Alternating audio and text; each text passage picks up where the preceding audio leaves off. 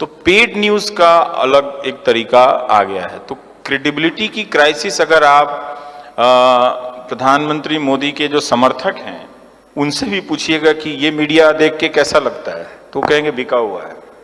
उनको भी पता है कि इस मीडिया की कोई क्रेडिबिलिटी नहीं है और उनको अच्छी तरह से पता है, पर वो एक्ट नहीं करना चाहते हैं। वो अलग अलग तरह के जाल में फंसे हैं। हर समय एक नया थीम आ जाता है तो उनके लिए भी मुश्किल होता है।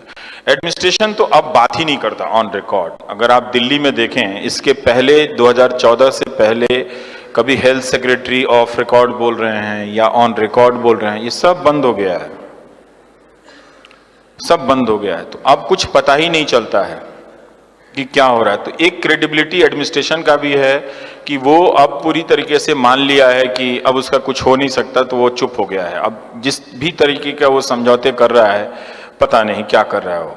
तो अखबार में आपके पास सूचना नहीं है, एडमिनिस्ट्रेशन में कोई बोलने वाला नहीं है, आरटीआई से आप ब्लॉक हैं, तो क्रेडिबिलिटी का बहुत भारी क्राइसिस है। जनता अपनी समस्या सुनना चाहती है और इस वक्त जो सबसे ज्यादा क्राइसिस में है वो मोदी सपोर्टर हैं, क्योंकि उन्होंने एक सर्टेन एस्पिरेशंस के साथ उन्हें चुना था। अब जहां कहीं कुछ नहीं होता है तो चाहते हैं कि पीएम तक बात पहुंचा दी जाए, क्योंकि वही हर बात के नेता हैं, है ना।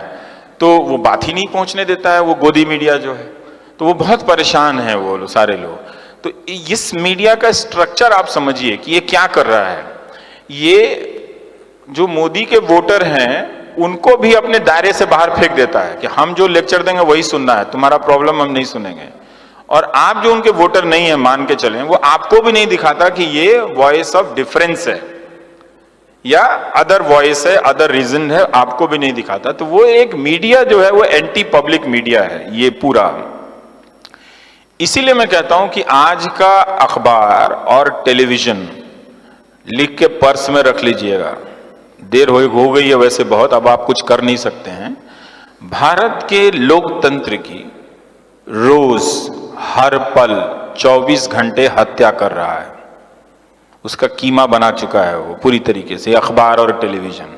अपवाद स्वरूप कुछ पत्रकार बहुत अच्छा काम कर रहे हैं, खासकर हमारे समय में आप लोगों में से पता नहीं कितने लोगों ने नोटिस किया होगा, कुछ महिला पत्रकार बहुत ही शानदार काम कर रही हैं। वो अपने जोखिम पे, उनके पास बहुत अच्छी नौकरियां नहीं हैं, अपने सेविंग से वो लोग काम कर रही हैं। तो जर्नलिस्ट कब तक अपने दम पे काम करता चला जाएगा जब तक आप खड़े होकर पत्रकारों के सपोर्ट में नहीं आएंगे, एक अच्छी मीडिया के सपोर्ट में नहीं आएंगे, बहुत सारे सवाल छूट जाएंगे। और आप एक पैटर्न देखिए, मैं इसको इवेंटोक्रेसी बोलता हूं। हर हफ्ते एक नया इवेंट लॉन्च होता है। वो प्लास्टिक वाला इवेंट तुरंत फेल हो गया। पता क्यों फेल हो गया टीवी पे? क्योंकि क्लाइमेट वाला मामला था।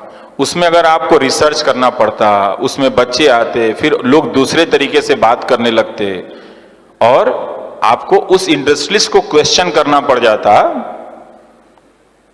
जो जिसके पैसे से सरकारें बनती हैं। तो वो 2 मिनट में बंद हो गया, वो प्लास्टिक वाला इस्तेमाल वाला टेलीविजन से। लेकिन कश्मीर आ जाएगा तो ट्रक पे लिख के पढ़ लिया है न्यूज एंकर। घर आ रहा था तो देखा कि दूध मांगोगे तो खीर देंगे, कश्मीर मांगोगे तो चीर देंगे। अरे ये वाला टॉपिक है, चलो इसी तरह से करो।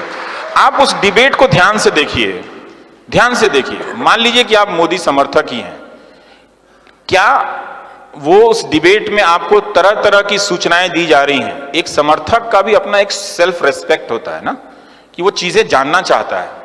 तो क्या वो मीडिया आपको ढंग से बता रहा है, आपका सेल्फ रेस्पेक्ट बढ़ा रहा है?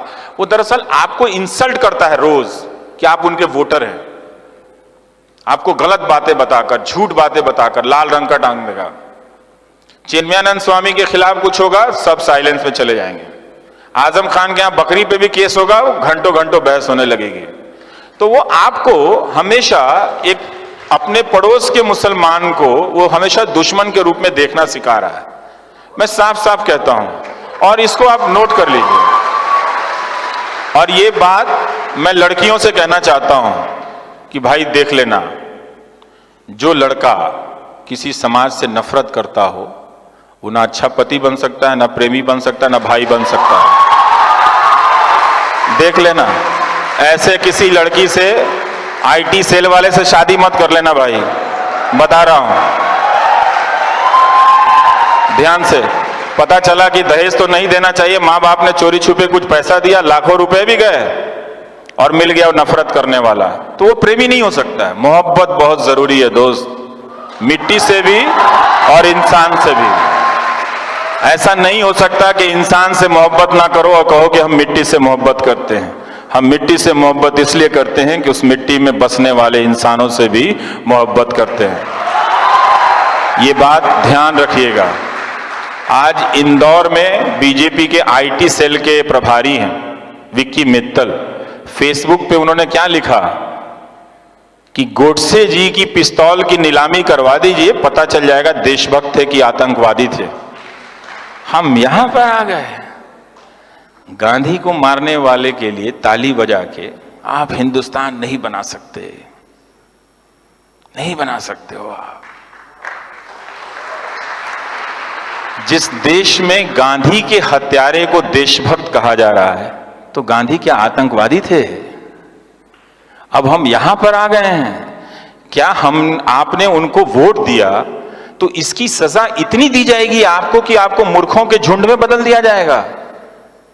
कि एक वोट देने के बदले, आप कितना प्यार करते हैं प्रधानमंत्री को, लेकिन उसके बदले में आपको उस झुंड में बदला जा रहा है कि आप गांधी के हत्यारे को गोडसे जी कहें। थोड़ा सावधान रहिए। हो क्या रहा है इस देश में?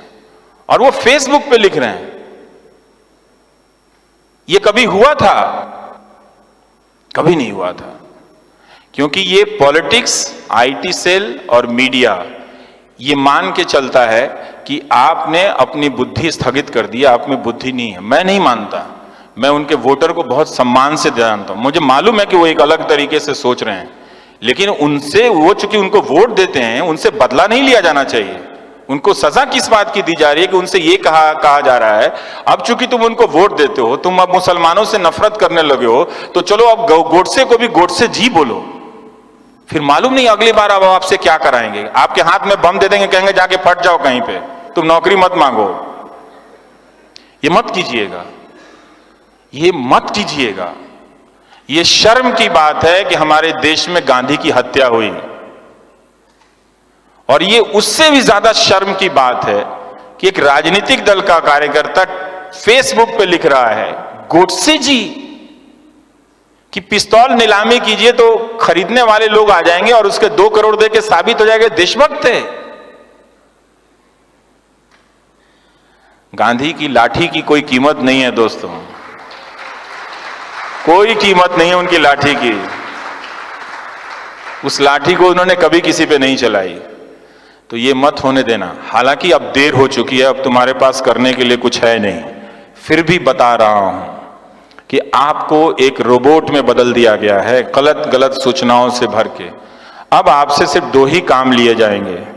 समुदाय के नाम पे, धर्म के नाम पे आपको एक झुंड में बदला जाएगा कि आप जाओ उसको मार आओ, पहलू खान को, या फिर आप सुबोध कुमार सिंह को मार के आओ। उसे भी इंसाफ नहीं मिला, सुबोध कुमार सिंह को भी इंसाफ नहीं मिला, पहलू खान को भी इंसाफ नहीं मिला। ये आप समझ रहे हो कि क्या हो रहा है? समझ रहे हैं इस बात को? अच्छे से समझिएगा, गुस्से में मत समझिएगा। कोई फायदा नहीं है दोस्तों। इसलिए आपका मीडिया जो है, मैं थोड़ा भटक के कह रहा हूं, कहना जरूरी है, फिर मौका नहीं मिलेगा आपसे। आपका मीडिया अब आपसे बदला ले रहा है।